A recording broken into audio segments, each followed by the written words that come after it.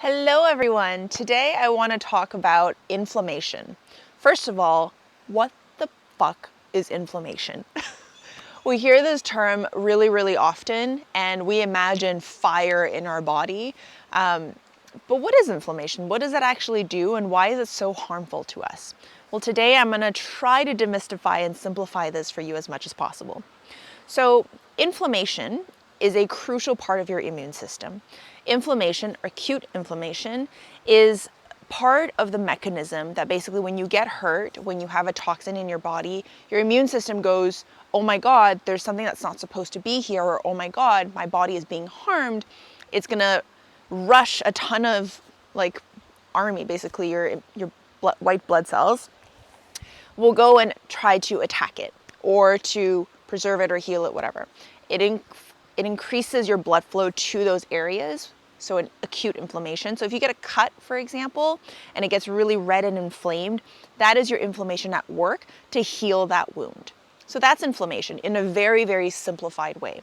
It applies to physical cuts, it applies to when you get bacteria, like when you're about to get a cold and stuff like that. Your inflammation is really part of the defense mechanism of your body to get rid of anything that it considers as a toxin or of harm to you. Now, inflammation becomes a problem when it does not subside.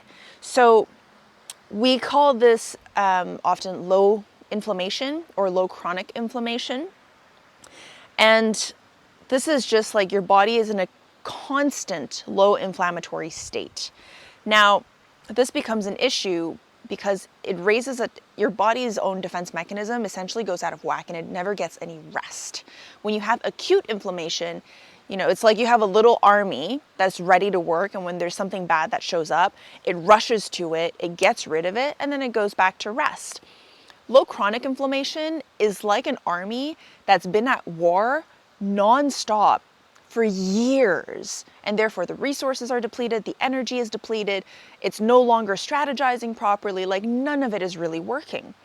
And this tends to show up in many different ways, but it can show up in things like redness, swelling, extreme cold or heat, pain, so like actual joint pain or digestive pain. It could be digestive issues. It can show up as allergies even, and to an extent it can show up as emotional triggers and emotional aspects of your body. So it really throws your hormones out of whack.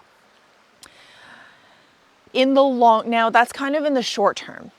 In the long term, low chronic inflammation can become very dangerous to you. And so it actually becomes severe diseases like cardiovascular diseases. It could be autoimmune problems. It could even be cancer or mental health issues, as I mentioned before. So inflammation, the key here is really to prevent inflammation before it occurs. Because oftentimes we only go see the doctor when we see the symptoms. But by the time the symptom shows up, the inflammation has been in your body for so long that army that's protecting your body is going, here's the white flag, I can't do this anymore. So, how do you now reduce inflammation? You know that it's terrible for you. You know that if you have low inflammation, which means that you're still functional on your day-to-day, but it means that your body is constantly in a stress mode. How do you get rid of it? So getting rid of low chronic, and this is really about low chronic inflammation because acute inflammation comes and goes or should come and go. But any low chronic or even high chronic, any kind of chronic inflammation that is persistent across a long period of time or that shows up regularly is really all about adjusting your lifestyle habits. And it's really about prevention over action. So a couple of things here. First of all is finding the root cause of your issues. So if you have eczema, psoriasis, skin conditions, digestive issues, joint pain, it's figuring out what is it in your lifestyle that is contributing to that.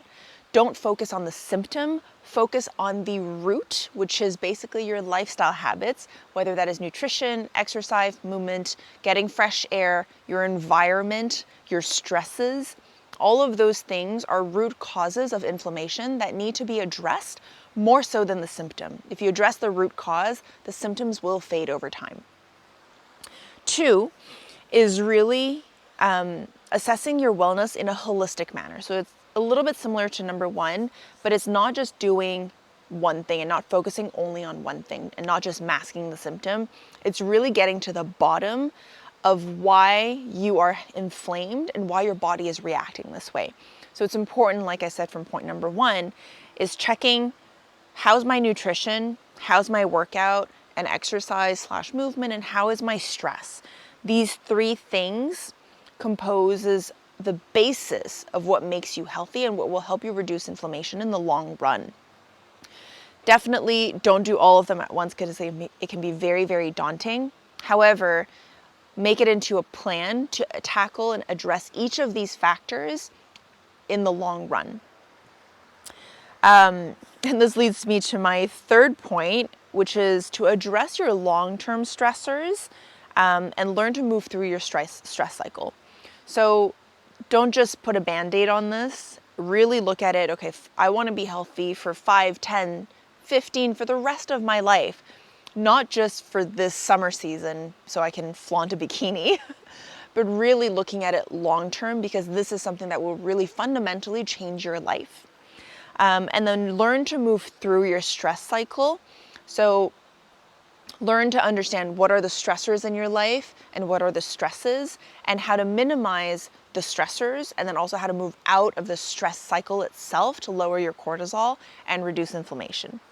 The last one is learn to balance your hormones through exercise and nutrition. So this kind of comes back to your lifestyle habits, but understanding what exercises heighten or decrease certain hormones, or learn what types of foods you're supposed to be eating. So for example, turmeric is a super anti-inflammatory food. If you increase that into your diet, it could be very beneficial for some people. Exercise, if you're a female and you do really intense workouts during your luteal phase, well, that might be actually increasing your inflammation versus decreasing your stresses and the inflammation in your body to optimize your health. So understanding these nuances in your body can go a very, very long way in building strong lifestyle habits so that you can live a really long and healthy life.